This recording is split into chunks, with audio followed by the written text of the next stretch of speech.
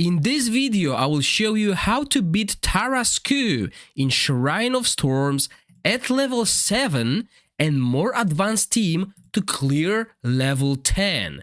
If you want to awaken your relics past 5 or 6 star, this is a must watch for you. This dungeon is probably the hardest in the game and most of you will be stuck on the lower levels. So was I. But then I managed to get the right strategy, and with the right strategy, it's very easy to pass this level, as all you need to do is improve your hero raw stats. So first of all, let's talk about the general strategy of this dungeon. The guide tells us we need to bring an attack gauge decrease and we need to bring an attack speed decrease. I totally skipped the attack speed decrease at level 7 to 10, as Tristan is just not making it work. My Tristan is not really that developed, but for the earlier levels, you can definitely use Tristan and just go through them. Now, for the higher levels, you will try to invest into gouge decrease and gouge increase. And the PvP hero Sergius is really good for it. With his Storm Relic, he can not only decrease the attack gauge of the enemy, but also recharge all allies attack gauge. He costs 8,500 arena points and should be your priority in the arena. In the guild shop, you can get his Flame Relic, and if you get his Flame Relic, you can spam his third skill and instead recharge all allies gauge by 40%. If you increase the level of this skill, it can go up to 60%. There are other heroes that are suggested here, but they are not mandatory. All you need is this team. Now, obviously, without Bedivere, you can bring any damage dealer. Ban is good here, Kai is good here. It's just gonna take you longer, but you will survive. Sadly, I don't have those heroes developed, so I'm gonna use Bedivere. I could even go and run Tristan, and I will pass that. So let's show you that with Tristan in the team. This will take longer than with Bedivere, as you want a damage dealer here. But let's just show you that this actually works. We're gonna repeat the battle and prioritize attacking the boss. We only want to hit the boss with this team. The most important thing is your skill order. You want to cast Morgan's skill 2 all the time. You want to cast Merlin's skill 2 as well. You want Tristan to do whatever he can. And you want Jillian, fire Jillian, to use skill 2, as this will reduce the enemy's gouge as well. If you don't have Jillian, you can replace her with a damage dealer in this team. It still should be enough to take down this boss, as this boss at this level doesn't have much HP. He hits like a truck, but as long as he doesn't hit, you don't even need a healer here. So just have a look at this. We're constantly reducing the enemy's bar gouge. He's doing nothing. As you can see, now his feet was about to hit us, but nope. It's not. And we got him to half HP now. As you can see, we're about to take down the boss, but I'm going to forfeit it. I don't want to waste my stamina on a lower level dungeon. So it's possible with this team. Now on to the Shrine of Storms 10. I've built a team that had one task: survive and kill the boss on auto. And I did just that. I'm gonna show you the team that basically carried me through that. I'm not gonna use Bedivere. I could use Bedivere on lower levels to speed things up, but not here. In here, I'm going to use Merlin.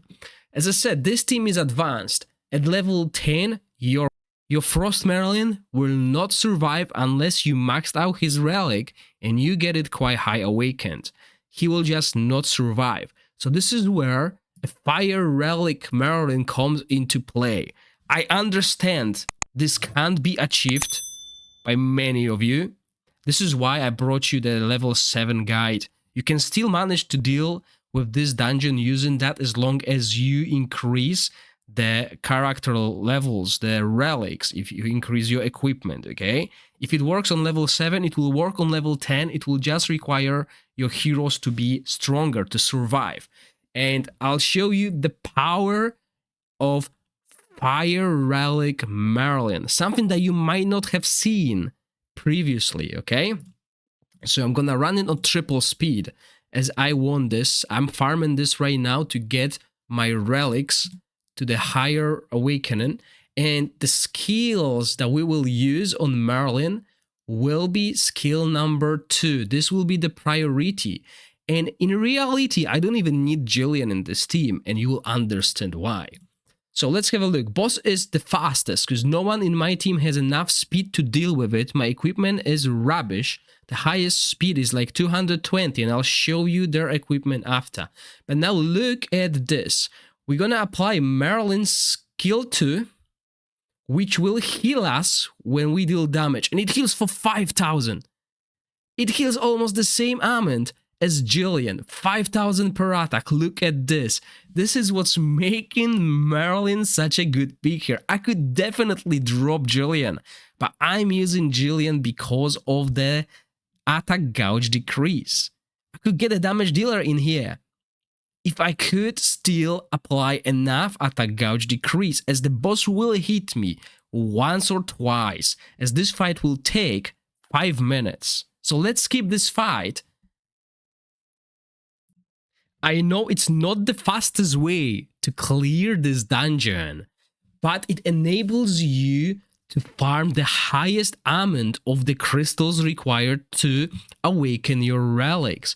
On top of that, it's also a high chance. It's not a low chance of winning it. I actually have a really high chance of clearing it. I think I'm at like 80% when it comes to clearing. But if you're wondering who's doing damage here, look at this battle stats.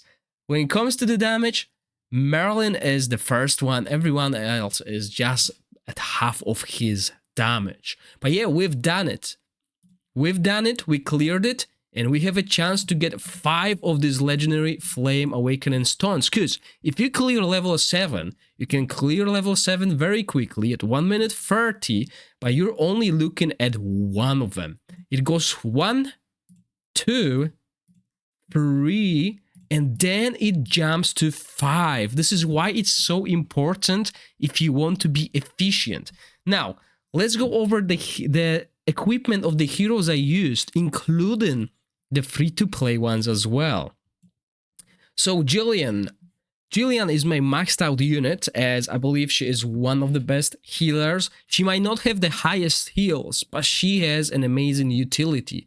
And we're using her with this Fire Relic because we take less damage if we have Fire Relic on. The Relic is untouched. The skills are at level 1.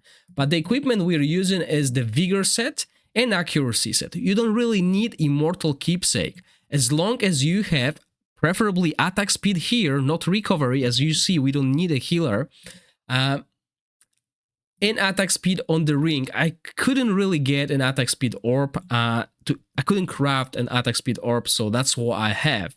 But it's not ideal, but what you need is effect accuracy. You need at least 60% effect accuracy to do well in this dungeon, to make sure you always hit attack gauge down. And attack speed, okay? That's important on her. Then we have Morgan. Morgan will have Vigor and Accuracy set as well, and you'll be looking for similar things here, attack speed on the ring and attack speed on the orb. You're also looking for effect accuracy on your belt and preferably on your necklace as well. You're looking at 60% effect accuracy as well, but I have 80% for other content, as I don't switch equipment as it costs gold. When it comes to the relics, this is level 55 Fire Relic with pretty dope skills. This is where my books are going. See, once you get this, you're getting 20% attack gauge decrease rate. So make sure you invest your red tomes, fire tomes in this skill. Obviously it's random, but I was lucky enough to get it, and it's a huge boost. This alone helped me to get from level 8 to 9 to 10 because I was draining so much gouge. Then we have the next hero, which is Sergius. Passives are quite important, and equipment, as I said, attack speed and accuracy, that's what I have on him, but Vigor set will be better him. I just barely got him equipped as I'm struggling with equipment. The best relic in here would be the red one, as I mentioned, as you can grant our heroes a 60% attack gauge increase. That's what makes it so powerful. And then we have Merlin. So for the lower levels, Merlin can be played with the Frost relic. The fire relic, on the other hand, this is where my books are going now that I have Morgan second skill maxed out. I'm trying to get the first skill maxed out here, but this will increase the damage done by Merlin quite a lot, and also grants us second turn of this, so it will increase damage this way. Equipment, vigor, and accuracy. Okay, you want to have that accuracy, and again, attack speed on the ring and attack speed on the orb. Now, Tristan, we will use speed and accuracy set. Vigor again, if you have spare vigor, go for it. As you can see, my Tristan is not really developed well. He's got low star equipment, low enhancement, but he's got attack speed ring. He could use really an attack speed orb as well, as he scales with attack speed. The more attack speed, the more damage he does. Relics, we're gonna use this one to constantly apply attack speed decrease.